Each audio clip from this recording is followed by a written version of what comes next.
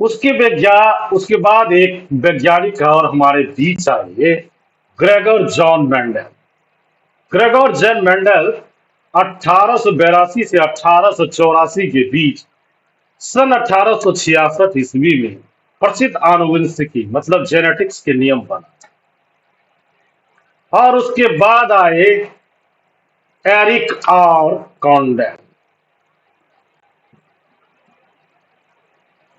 Eric और Condell इन्होंने इस तथ्य को उजागर किया कि आणविक स्तर पर शॉर्ट टर्म एवं लॉन्ग टर्म कैसे बनता है।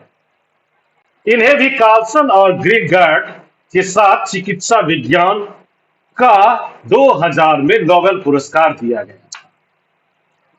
उसके बाद आए गॉर्डन ब्लेवेल। 1999 में चिकित्सा विज्ञान का नोबेल पुरस्कार इन्होंने भी प्राप्त किया। इन्होंने बताया कि कोशिकाओं के अंदरूनी हिस्सों में प्रोटीन का स्थानांतरण कैसे होता है। गुंटर ब्लेवेल 1999 में इनको चिकित्सा विज्ञान के क्षेत्र में नोबेल पुरस्कार मिला। इन्होंने दुनिया को यह बताया कि कोशिकाओं के अंदरूनी हिस्सों में प्रोटीन का स्थानांतरण आखिर होता कैसे है। उसके बाद आए आर्विड कार्लसन। इन्हें चिकित्सा विज्ञान का सन 2000 में नोबेल पुरस्कार दिया गया।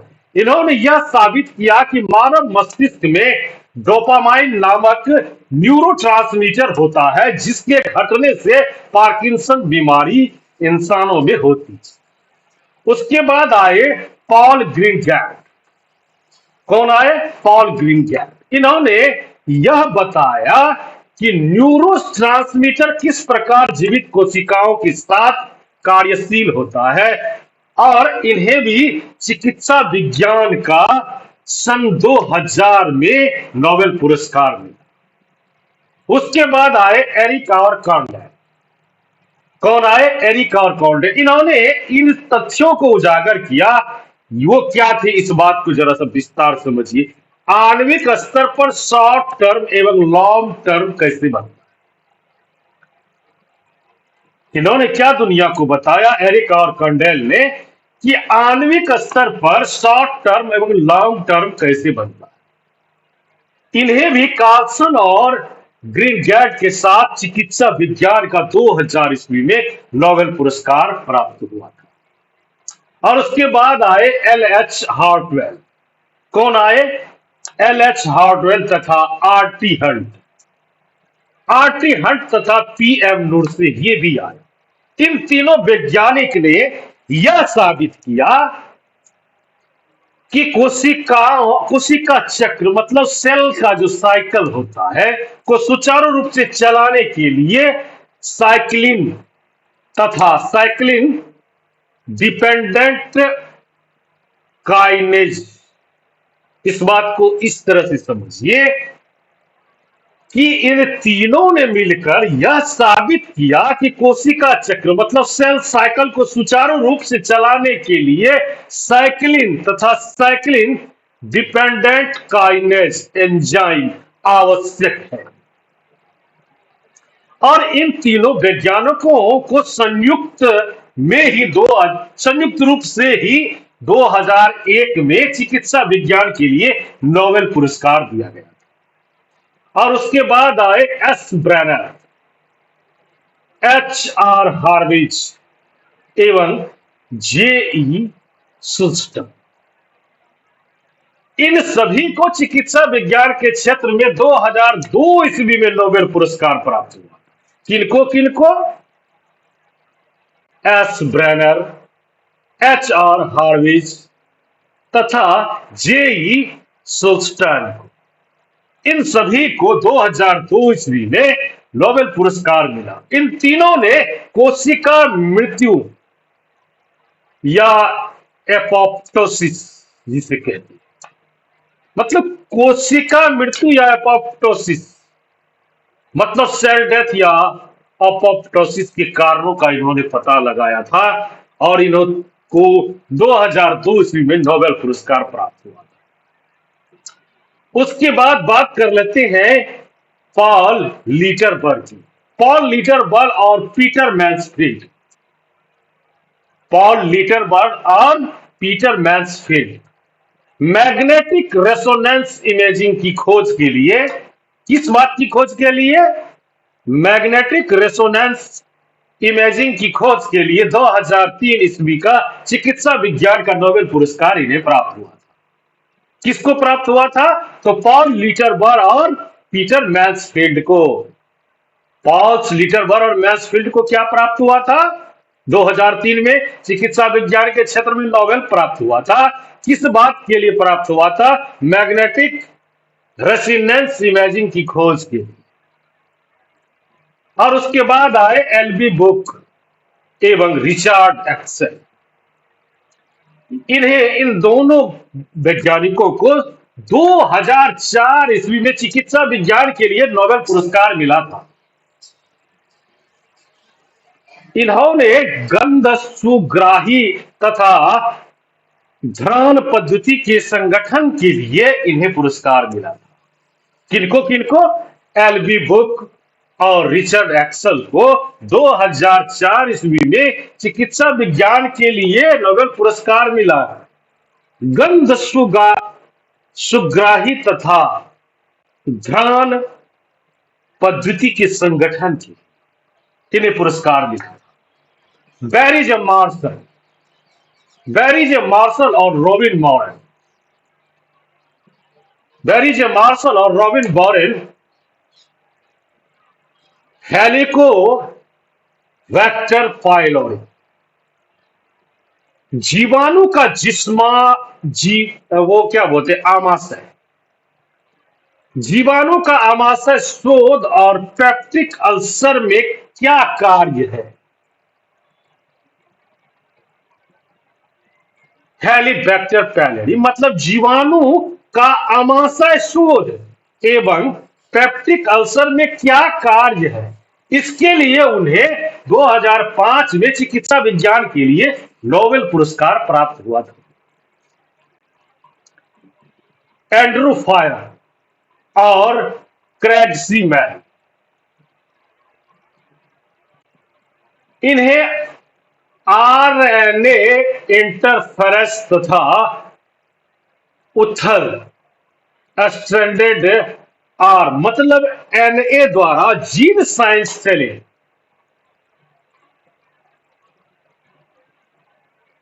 जीन साइलेंसिंग की पहचान के लिए 2006 में नोबेल पुरस्कार मिला था। एंड्रू फायर और क्रैम्सी मैलो को आरएनए इंटरफेरेंस तथा उथल स्ट्रैंड्स आरएनए द्वारा जीन साइलेंसिंग की पहचान के लिए 2006 में नोबेल पुरस्कार दिया गया था। तो भारतीय वानिकी के पितामह कहे जाने वाले डेथ मतलब father of Indian forestry sir Richard Brandis 1824 से 1907 के बीच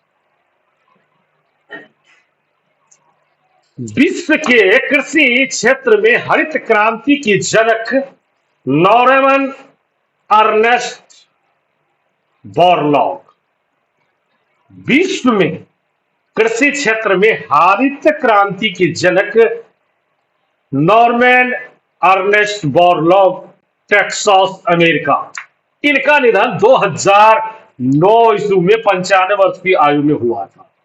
और भारत में हरित क्रांति के जनक डॉक्टर एम.एस. स्वामीनाथन को पद्म विभूषण से भी सम्मानित किया था। अब उसके बाद बात कर लेते हैं हम लोग श्वेत क्रांति की। व्हाइट रेवोल्यूशन, दूध उत्पादन के जनक डॉक्टर वर्गीस कुरियन, आनंद, गुजरात, जन्म 1924 में हुआ था और निधन 9 दिसंबर 2012 को 91 वर्ष की अवधि में हो गया। इन्हें भी पद्म विभूषण प्राप्त हुआ था, भारत सरकार ने इन्हें भी सम्मानित किया था। श्वेत क्रांति मतलब व्हाइट रेवोल्यूशन, दूध उत्पादन जिसे कहते हैं, दूध उत्पादन में ये जो जनक है डॉक्टर वर्गीस कुरियन, आनंद, गुजरात, जन्म 1924, निधन 9 दिसंबर 2012, 91 वर्ष की उम्र में ये हमारे बीच नहीं रहे और इन्हें पद्म विभूषण भी मिला था। अब इसके बाद जरा सा बात कर लेते हैं मतलब पारिस्थितिकी, इकोलॉजी। जीव विज्ञान के बहुत सारे उपखंड हैं जिनको आप और हम विस्तार से अगर जानने की कोशिश करेंगे तो इस तरह से जान लेंगे।